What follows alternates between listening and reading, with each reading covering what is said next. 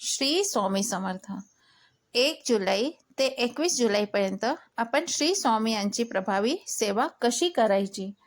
श्री स्वामीरायांची पूजा आपण जर नियमपूर्वक करतो तर आपल्याला खूप आवडतं, पण किती वेळा ते नियम आपण चालू ठेवू शकत नाही, कारण की काही ना काही प्रॉब्लेम्स असतात, वेळ मिळत नाही या कुठे जायचं असतं, तर मी ती प्रभावी सेवा कशी करीन, मी तर करूच नाही शकत।